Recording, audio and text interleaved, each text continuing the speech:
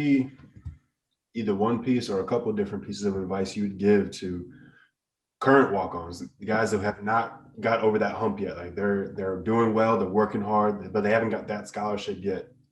How would you coach them up, or encourage them to not lose faith and not lose focus on the goal ahead?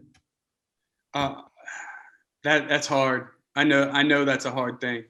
And I know I was rewarded early on in my career, just as far as getting my scholarship and playing time.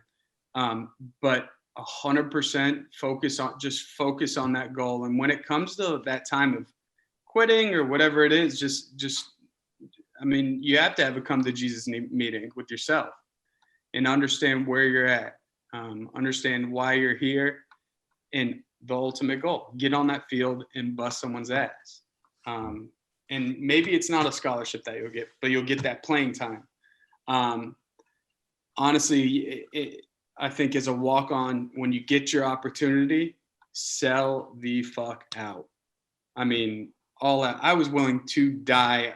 I remember them saying it when they said we're doing hitting drills, offense that side, defense that side. And I was ready to die on that field. I think I went about 10 times in a row against different linebackers and hitting drills because I wanted to make a point. Mm-hmm. And like I knew I won after someone went a second time and I didn't see them the third time. And it was all these freshman linebackers, sophomore linebackers, but take your shot and don't ever, as a walk-on, don't ever feel like you don't belong, because you're there, you belong. And you a lot of the time walk-ons have a higher sense of drive because you're not rewarded with that scholarship or with money or with playing time. So understand you're the dog in that fight. And don't ever think you don't belong. Not for a second. I sat there and said, man, am I supposed to be here right now? From day one, it was, this is my team. I'm supposed to be here. I'm supposed to be playing. I'm supposed to be starting. So does that answer your question? Absolutely, man. That was great. And I think you brought up a great point, that it starts with, self-realization and confidence. Yeah. You have to be confident in the fact that you're here for a reason. Just because you don't have a scholarship doesn't mean as a player and as a person you're any less or less talented than the person next to you. You just got to prove it time in and time out. So I think it's such a great talking point. Yep. Yeah, man. I definitely agree with everything you said. And I think it helps that the culture UCF set, walk-ons really felt like they were part of the team, because a lot of guys played that were walk-ons. I mean, there's times that, of course, we all go through it, that after weight room, we don't get some protein shakes. We don't get the things that scholarship guys get. Trust me, we've all been there. Yeah, we all been there. Does like, oh, this isn't for you. This is for them. I remember one day specifically, and you were there, Mike, and you were laughing at me because we finished the workout, and I went to go get a shake, and Ellis was like, Reeves, no, you don't get milk today.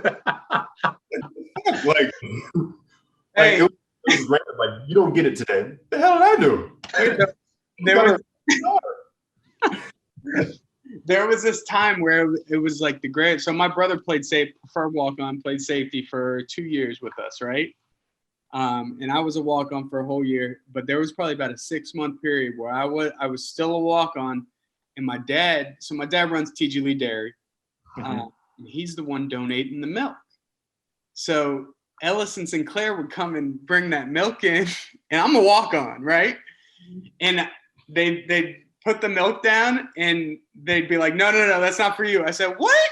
And like, it was just like this weird gray area where they didn't know if they could say no, but I was going to grab milk anyways. Right. Just That's so funny.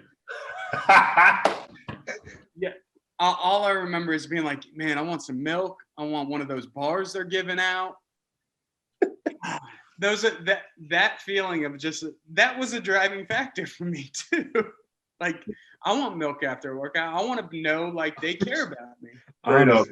You will understand how good that milk tasted after. It was just chocolate milk. It was nothing special to it, but like, nah, like, I earned this milk today, damn it.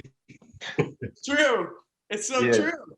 When I Yeah. got my scholarship, I acted brand new when it was time to get milk. I was like, "Up, I'm going to the milk, chest high, walking." I grabbed that milk, so happy. Grabbing soup. Damn it. I just smiled sitting in my locker drinking the milk. That was the best feeling I got being on scholarship, was getting that milk.